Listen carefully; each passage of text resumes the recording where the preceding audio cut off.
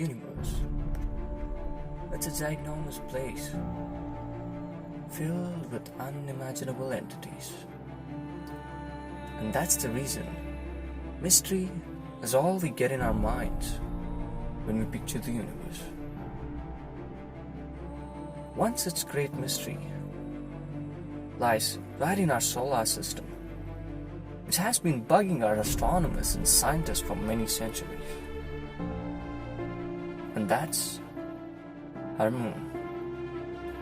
Hey you guys, Max here in with Vast Unknown, and in today's video, let's try to unravel the mysteries surrounding the origin of the moon. And let's do that by analyzing the facts and information gathered with respect to that.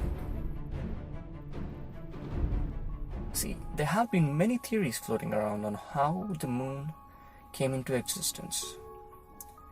But the most popular one among them is the proto-Earth theory, which explains that a Mars-sized body collided with that of Earth, and the debris scattered around due to this collision bounced together by the gravitation of Earth, and hence forming our own natural satellite, the moon. And currently, this is the theory many of the mainstream scientists agree upon. But when we get a closer look on this theory, there seems to be many flaws involved in this. And that's exactly what we're going to focus on in this video. So, when we are speaking about the facts regarding the moon, the most important one would be that the moon is 400 times smaller than that of the sun, and the sun is 400 times further away. Not only this, but the circumference of both sun and moon are uncanny, which means that the moon's disk fits just right into that of the sun's, and that's exactly the reason we get to see solar eclipses. And that's not all.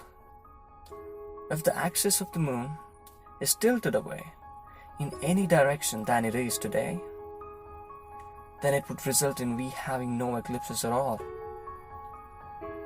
And according to this theory, all these distances, dimensions, events, everything is due to a random bombardment. And astronomically speaking, that's near to impossible. And this is not the only flaw. If we compare the pattern of a satellite with its mother planet anywhere in our solar system, we get to see one common thing. The satellite is very small compared to its mother planet. But that's not the case with the moon. The moon is an exception. See, the size of moon is about 2,160 miles, and that of Earth is 7,917 miles, in diameter of course. And when compared to each other, moon is nowhere near to be called small, forget being very small. Not only that, but recent studies have also showed that we found many of the processed materials on the surface of moon. Materials like chromium, titanium, zirconium, which would be the exact materials our scientists would be using if they were to build a spaceship with anti-corrosive properties, stabilities against external radiations, and etc. And finally, if you want to check the proportionality of moon's mass with its size,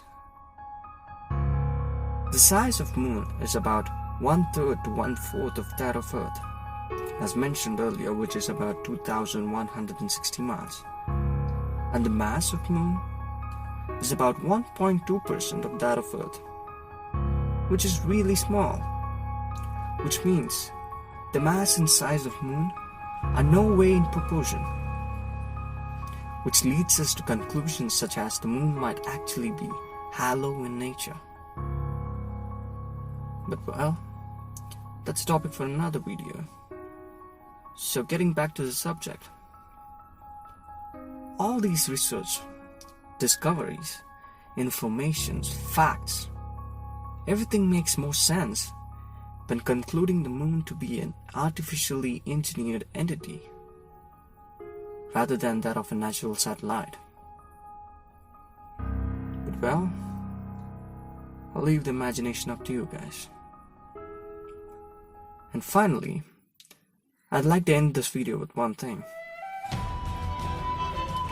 Answers arrive for only those who dare to ask the questions. No matter how they are, whether they are absurd or preposterous, that urge to find answers, the great questions, is what makes us uncommon. That's it. So if you want to find more truth about the universe, or at least see us try, then please do click on that subscribe button. And don't forget to turn on the notifications. And if you did enjoy this video, please give us a thumbs up. And please do leave a comment. I'd love to read those. And if you're still stuck looking for the subscribe button, it's right there at the bottom right. Go on. See you in my next video.